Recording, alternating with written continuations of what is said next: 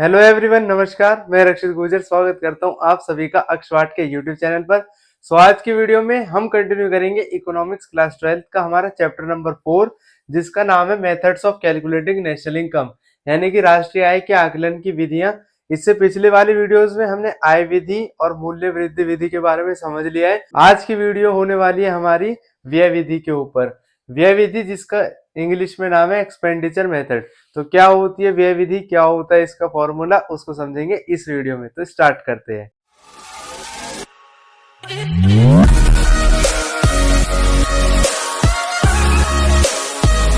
सबसे पहले हम देखेंगे कि जो व्यय विधि है उसका मीनिंग क्या होता है। तो व्यय का मतलब होता है खर्चा करना, यानी कि जिस भी तरह का हम कोई भी खर्चा करते हैं तो उसको हम व्यय बोलते हैं। अब इसकी डेफिनेशन क्या कहती है? एक लेखा वर्ष के दौरान अर्थव्यवस्था में उत्पादित अंतिम वस्तुओं और सेवाओं को खरीदने पर जो पैसा खर्च किया जाता है, उस खर्चे के रूप में हम राष्ट्रीय आय को मापते हैं, तो वो विधि होती है व्यय विधि। यानी कि जितने भी इकोनॉमी में खर्चा किया जाएगा, और कैसा खर्चा? अंतिम वस्तु और सेवाओं को खरीदने पर किया गया खर्चा। जब हम उस सारे खर्चे को, एक्सपेंसेस को जोड़ेंगे, और उसे जोड़ने के बाद में जब हम नेशनल इनकम कैलकुलेट करते हैं, तो वो मेथड होता है एक्सपेंडिचर मेथड। हमें पता है, जैसा कि हमने इससे पिछले वाली वीडियोस में भी देखा था, कि सबसे पहले जो प्रोडक्शन किया जाता है फर्म्स के द्वारा, तो प्रोडक्शन के लिए वो जो उत्पादन के कारक होते हैं उनको परिवार क्षेत्र से किराए पर लिया जाता है, और उसके बदले में परिवार क्षेत्र को पैसा दिया जाता है। यहाँ पर इसके दो और भी नाम है, एक है उपभोग और निवेश विधि, दूसरा आय विन्यास विधि। इसको उपभोग और निवेश विधि क्यों कहते हैं? क्योंकि हमें पता है कि जब भी अर्थव्यवस्था में खर्चा किया जाएगा, या तो किसी चीज को कंजप्शन करने के लिए खर्चा किया जाएगा, यानी कोई सामान खरीद लिया, उसको कंजप्शन कर लिया, तो इसलिए खर्चा किया जाएगा, या फिर कोई हम इन्वेस्टमेंट करेंगे, यानी कि अपनी इनकम को जनरेट करने के लिए, बढ़ाने के लिए कुछ पैसा इन्वेस्ट करेंगे, निवेश करेंगे। तो खर्चा दो प्रकार से होता है, तो इसलिए इस विधि को, व्यय विधि को उपभोग और निवेश विधि भी कहते हैं, कि कितना मार्केट में उपभोग किया है, निवेश किया है, उसको टोटल कर लेते हैं।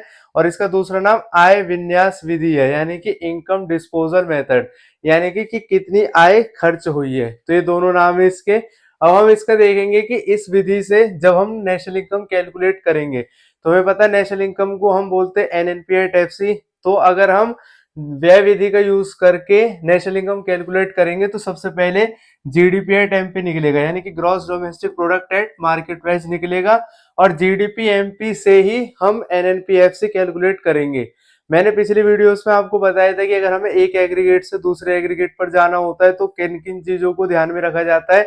कुछ चीजें ऐड होती है, कुछ चीजें सब्ट्रैक्ट होती है। वो आपको वीडियो मिल जाएगी एक्सपर्ट के यूट्यूब चैनल पर, वहां से आप जाके देख सकते हो कि अगर एक एग्रीगेट से दूसरे एग्रीगेट पर जाना होता है तो क्या करना होता है। तो जैसा कि हमें पता है कि हमें एनएनपीए निकालना है, यानी कि हमें राष्ट्रीय आय निकालना है, तो इसको हम लेफ्ट साइड पर लिखेंगे। जब हम एक्सपेंडिचर मेथड का यूज करेंगे न्यूमेरिकल्स में, तो सबसे पहले हमें जीडीपी एट एमपी निकल कर आएगा। जीडीपी एट एमपी हम यहाँ पर लिख देंगे। जीडीपी एट एमपी को हिंदी में बोलते हैं बाजार कीमत पर सकल घरेलू उत्पाद, यानी कि gross domestic product at market price. अब हमें पता है कि ये ग्रॉस से नेट की तरफ जाना है, तो ग्रॉस में डेप्रिसिएशन पहले से ही रहता है, तो अगर हम नेट की तरफ जाएंगे तो डेप्रिसिएशन को माइनस कर देंगे। डेप्रिसिएशन को हिंदी में बोलते हैं मूल्यह्रास, इसको हम नीचे मूल्यह्रास हिंदी में भी लिख देंगे। उसके बाद में डोमेस्टिक से नेशनल की तरफ जाना है।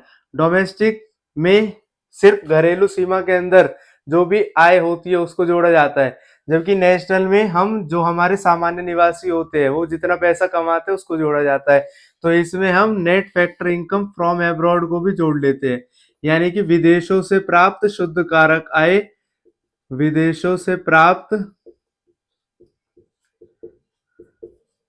शुद्ध कारक आय, इसको हम इसमें ऐड करेंगे क्योंकि हमें डोमेस्टिक से नेशनल की तरफ जाना है।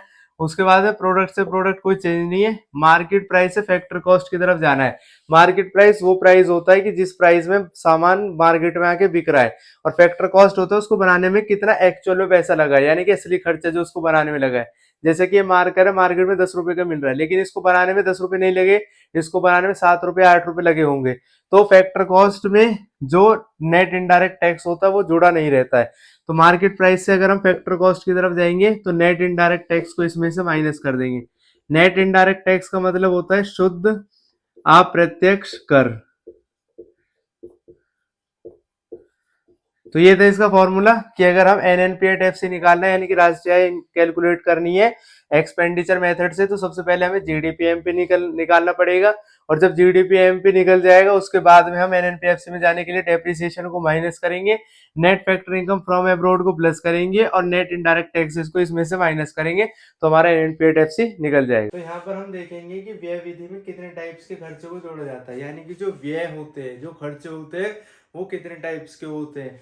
तो यहाँ पे बताया गया है कि अंतिम व्यय, अंतिम व्यय हमने यहाँ पर क्यों लिखा है, क्योंकि जैसे मैंने आपको भी बताया कि जितने भी खर्चा किया जाएगा अंतिम वस्तुओं और सेवाओं को खरीदने पर, यहाँ पर हम मध्यवर्ती वस्तुओं के ऊपर जो भी खर्चा किया जाएगा उसको ऐड नहीं करेंगे, सिर्फ उस पैसे को इसमें ऐड किया जाएगा जो अंतिम वस्तु और सेवाओं को खरीदने पर खर्च किया जा रहा है, इसलिए इस खर्चे का नाम, इस व्यय का नाम अंतिम व्यय दिया गया है। अब है अंतिम व्यय के प्रकार, इसके 4 प्रकार होते हैं, चारों के पहले हम नाम देखेंगे और उसके बाद उनके काम देखेंगे, यानी कि उनमें क्या क्या चीजों को शामिल किया जाता है उनको बाद में समझेंगे, पहले उनका नाम रीड करेंगे।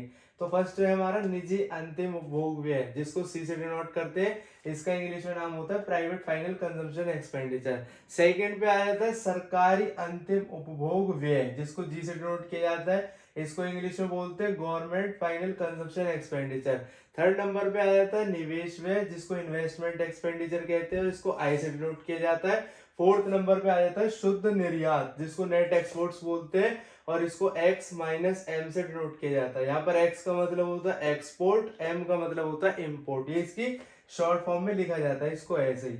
अब हम समझ लेते हैं कि इनमें होता क्या क्या है। जैसा कि इसके नाम से पता चल रहा है कि फर्स्ट वाला निजी अंतिम उपभोग व्यय, यानी कि जो निजी परिवार द्वारा किया जाता है, किसी व्यक्ति द्वारा किया जाता है, ऐसा कोई खर्चा करना जो किसी पर्सनल आदमी को हो, ठीक है, तो उसको हम निजी अंतिम उपभोग व्यय कहेंगे। जैसे हम अपने लिए कोई फ्रिज खरीद रहे हैं या कोई ब्रेड खरीद रहे, कोई अगर उपभोक्ता है वो अपने लिए कोई मक्खन खरीद रहा है, दूध खरीद रहा है, तो यहाँ पर खर्चा किया जाएगा उपभोक्ता के द्वारा और खुद के ऊपर किया जाएगा, ठीक है, तो इसलिए इसको प्राइवेट फाइनल कंजप्शन एक्सपेंडिचर बोलते हैं। तो ये बात आपको ध्यान रखनी है कि अंतिम व्यय में सबसे पहले जो खर्चा आएगा वो परिवार क्षेत्र के द्वारा, यानी कि उपभोक्ता के द्वारा जो भी खर्चा किया जाता है उसको इसमें इंक्लूड करते हैं। सेकंड नंबर पे आया था सरकारी अंतिम उपभोग व्यय। हमें बताया कि जो सरकारी क्षेत्र होता है वो भी अपने जो भी स्टाफ होता है, जैसे कि हमारी पुलिस है या सेना है, उनके ऊपर जो भी खर्चा किया जाता है उसको इसमें कैलकुलेट किया जाता है कि सरकारी अंतिम उपभोग व्यय है ये, यानी कि जो भी गवर्नमेंट खर्चा करती है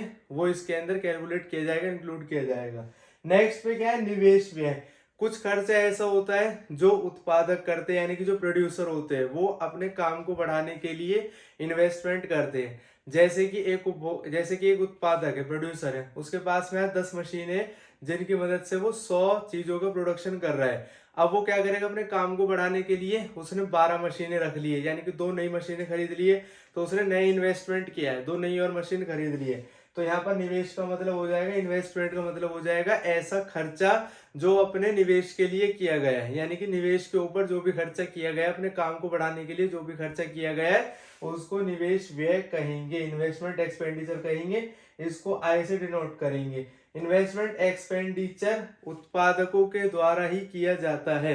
अब इसमें एक और चीज बहुत ज्यादा जरूरी है समझने के लिए कि जो निवेश व्यय होता है, यानी कि जो इन्वेस्टमेंट एक्सपेंडिचर होता है, ये कौन सा होता है, उत्पादकों द्वारा किया गया खर्चा होता है, ये हमने अभी समझ लिया है। इसके भी 2 टाइप्स होते हैं। अब हमें पता है, जैसे कि हमने पिछले वीडियोस में भी देखा था कि इन्वेस्टमेंट क्या है, 2 टाइप्स के होते हैं, एक स्थिर निवेश होता है, एक माल सूची निवेश होता है। स्थिर निवेश का मतलब क्या होता है कि जैसे अगर कोई उत्पादक है वो अपना काम बढ़ाने के लिए स्थिर परिसंपत्तियों को बढ़ा रहा है, जैसे कि मशीन है उसको बढ़ा रहा है, जमीन है उसको बढ़ा रहा है, जो भी मतलब स्थिर चीज आ जाती है, स्थिर का मतलब जिसको जल्दी से नहीं बदला जा सकता, जो परमानेंट रहती है कुछ सालों के लिए, तो अगर उन चीजों के ऊपर खर्चा किया जाएगा तो वो स्थिर निवेश होता है। सेकंड आता है माल सूची निवेश। माल सूची निवेश का मतलब होता है जिसमें कच्चा माल आ जाता है, जैसे कि अगर कोई उत्पादक है और वो बिस्किट का प्रोडक्शन करता है तो उसके पास में भी 10 किलो आटा रखा हुआ है, 10 किलो चीनी रखी हुई है, 10 किलो और भी जो भी सामान इसको बनाने में लगता है वो रखा हुआ है, तो उसका क्या है वो स्टॉक हो जाएगा, यानी कि वो माल सूची निवेश है उसका। अगर वो उसको बढ़ाएगा 10 किलो की जगह 20 किलो आटा रख लेगा, 20 किलो चीनी रख लेगा, 20 किलो और जो भी सामान उसको बढ़ा लेगा, तो वो उसकी इन्वेस्टमेंट होगी लेकिन वो उसकी माल सूची इन्वेस्टमेंट है, यानी कि वो उसकी इन्वेंट्री इन्वेस्टमेंट है, वो उसकी फिक्स्ड इन्वेस्टमेंट नहीं है। तो यहाँ पे दोनों का मतलब समझना जरूरी है। फिक्स्ड इन्वेस्टमेंट वो होती है जो फिक्स्ड चीजों पर करी जाती है, जो स्थिर परिसंपत्ति पर करी जाएगी, जैसे मशीन है, जमीन है। माल सूची निवेश जिसको इन्वेंट्री इन्वेस्टमेंट कहते हैं, वो ऐसी चीजों पर खर्चा करना जो कच्चा माल को बढ़ा लेना अपने, तो ये आ जाता है। अब माल सूची निवेश में भी एक और बात समझनी बहुत ज्यादा जरूरी है, वो ये होती है कि माल सूची निवेश का मतलब होता है कि जो अभी एक उत्पादक के पास, सपोज करो कि कोई बिस्किट प्रोडक्शन करता है, एक प्रोड्यूसर है, ठीक है, तो अब उसके पास में 100 पैकेट बिस्किट के रखे हुए हैं। अब 100 में से उसके 50 बिक जाते हैं और 50 पैकेट रखे हुए हैं जो भी बिके नहीं है, तो वो उसका क्या हो जाएगा, स्टॉक हो जाएगा। नेक्स्ट ईयर जब वो प्रोडक्शन कर रहा है, उसने दोबारा 100 बिस्किट बनाए, इस बार उसके 80 बिस्किट बिक गए और 20 बिस्किट के पैकेट ऐसे थे जो रखे हुए भी वापस। तो जो 50 पिछला वाला स्टॉक था, उसमें नए स्टॉक कितना आ गया, 20 बिस्किट के पैकेट जो बिके नहीं है वो भी उसमें जुड़ गए हैं। तो यानी कि उसका स्टॉक बढ़ रहा है, उसका जो माल सूची निवेश है वो बढ़ रहा है कहीं ना कहीं। यहाँ पर क्वेश्चन ही किया आ जाता है कि जो माल सूची निवेश होता है, जो इन्वेंट्री इन्वेस्टमेंट है, उसकी हम कैलकुलेशन कैसे करेंगे।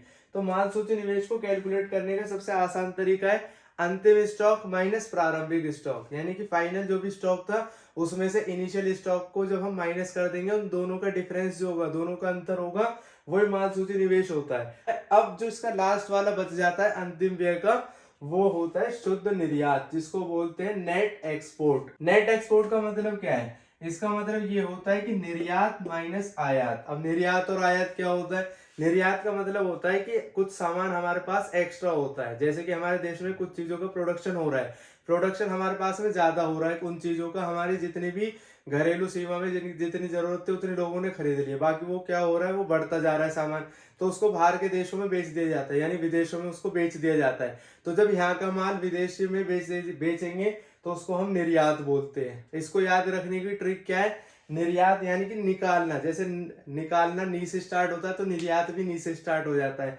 तो निर्यात का मतलब होता है कि यहाँ का माल बाहर बेच देना, यहाँ का माल बाहर निकालना, तो ऐसे याद रख सकते हैं इसको। आयात का मतलब होता है कि बाहर का कोई सामान हम जब खरीदते हैं, यानी कि कुछ ऐसा सामान होता है जो मार्केट में हमारे जैसे घरेलू सीमा के अंदर वो सामान नहीं बन रहा है, तो हम क्या करते हैं, उस सामान को बाहर से परचेज करते हैं। बाहर जैसे जो अदर कंट्रीज है जो उस चीज का प्रोडक्शन कर रही है, हम उससे उस सामान को खरीदेंगे।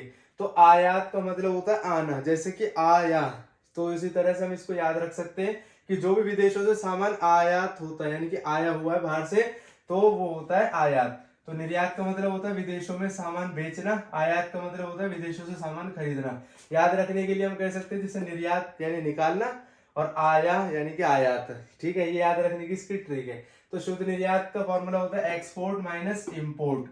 यहाँ पर हो जाता है हमारा अंतिम व्यय चारों समाप्त, जिसमें हमने अभी देखा है कि निजी अंतिम उपभोग व्यय जिसको सी से डिनोट करते हैं, इसमें वो खर्चा आता है जो हाउस होल्ड करते हैं। सरकारी अंतिम उपभोग व्यय जो सरकार करती है। निवेश व्यय जो उत्पादक करते हैं। निवेश भी दो तरीके का होता है, स्थिर निवेश और माल सूची निवेश। माल सूची निवेश को निकालने का तरीका क्या है कि जो भी स्टॉक में परिवर्तन होता है उसको हम माल सूची निवेश कहेंगे, जैसे कि प्रारंभिक स्टॉक कितना था, अंतिम स्टॉक कितना है, दोनों का डिफरेंस करके स्टॉक में परिवर्तन निकल जाता है। लास्ट हमारा आता है शुद्ध निर्यात, जिसमें एक्सपोर्ट माइनस इंपोर्ट, यानी कि जितना हमने बाहर सामान बेचा, जितना सामान हमने बाहर से खरीदा, वो भी हमारे खर्चे में शामिल होता है। लास्ट में इसको मैंने एक टोटल तरीके से लिख दिया है कि व्यय विधि से अगर हम राष्ट्रीय आय निकालेंगे तो सबसे पहले हमें जो भी कंजप्शन वो करते हैं, जो निजी कंजप्शन होता है उसको, गवर्नमेंट कंजप्शन को, इन्वेस्टमेंट के ऊपर जो भी कंजप्शन होता है, और नेट एक्सपोर्ट को, चारों खर्चे को हम जोड़ देंगे, यानी कि जितने भी अंतिम वस्तुओं पर खर्चा किया जाता है, ये चार ही तरीके के अंतिम व्यय होते हैं। तो यही आपको याद रखने हैं। और इससे सबसे पहले क्या निकलेगा, इससे निकल कर आएगा जीडीपी एट एमपी। जब जीडीपी एट एमपी निकल कर आ गया तो उसके बाद हमें पता है कि हमें राष्ट्रीय आय, जिसको एनएनपी एट एफसी भी बोलते हैं, उसको हम कैलकुलेट करेंगे। तो हमें पता है कि ग्रॉस से नेट पे जाने के लिए हम डेप्रिसिएशन को माइनस कर देंगे, डोमेस्टिक से नेशनल पे जाने के लिए net factor income from abroad को प्लस कर देंगे, और उसके बाद प्रोडक्ट से product no change, market price से फैक्टर कॉस्ट पर आने के लिए नेट इनडायरेक्ट टैक्स को माइनस कर देंगे। हिंदी में इसको बोलते हैं मूल्यह्रास, इसको बोलते हैं विदेशों से प्राप्त शुद्ध कारक आय। एनआईटी का मतलब होता है शुद्ध अप्रत्यक्ष कर, और एनएनपीएटएफसी राष्ट्रीय आय। तो यहाँ पर हमारा ये वाला टॉपिक हो जाता है कंप्लीट। अब हम मिलेंगे अपनी नेक्स्ट वीडियोस में, तब तक के लिए खुश रहे, स्वस्थ रहे और जुड़े रहे अक्षवाट के साथ। जय हिंद, जय भारत।